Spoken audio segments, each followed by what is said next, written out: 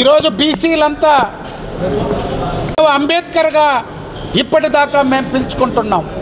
బలహీన వర్గాల భగవంతుడుగా నారా చంద్రబాబు నాయుడు గారిని నిన్నటి రోజున పిలిచారు.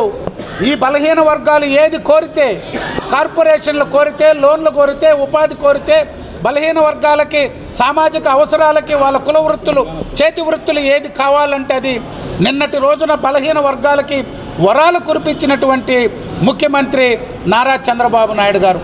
ఈనాడు మాట్లాడుతున్నటువంటి రాజకీయ పార్టీలు, ప్రత్యేకంగా వైఎస్ఆర్ కాంగ్రెస్ పార్టీ నందమూరి తారక రామారావు దగ్గర నుంచి నేటి వరకు మేము ఏం చేసామో వారికి చెప్తున్నాం. ఈరోజు నారా చంద్రబాబు నాయుడు గారు 4.5 సంవత్సర కాలంలో 40,000 కోట్ల రూపాయలు ఈరోజు బలహీన యాదవులకు, గౌళ్లకు, కొప్పుల వెలమ, తూర్పు కాపు, మత్స్యకారులు, వీవర్సు అందరికీ కూడా పెద్ద ఎత్తున కార్పొరేషన్లు ఇవ్వడం జరిగింది.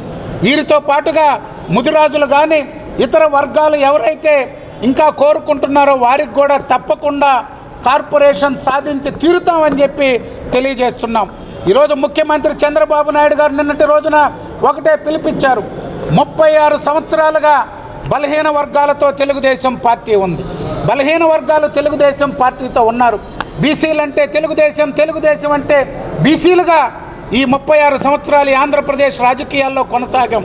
2019వ సంవత్సరంలో మా కోసం పెట్టినటువంటి పార్టీ, మా కోసం పనిచేసేటువంటి పార్టీ, మా అభివృద్ధి, మా సంక్షేమం కోసం పనిచేసే ముఖ్యమంత్రి చంద్రబాబు నాయుడు గారు మళ్ళీ ఈ రాష్ట్రంలో బీసీలు తలెత్తుకొని తిరగాలంటే, బీసీ కుటుంబాలు బాగుపడాలంటే, బీసీ యువత, విద్యార్థి అభివృద్ధి మార్గంలో నడవాలంటే నారా చంద్రబాబు నాయుడు గారి నాయకత్వమే శరణ్యం.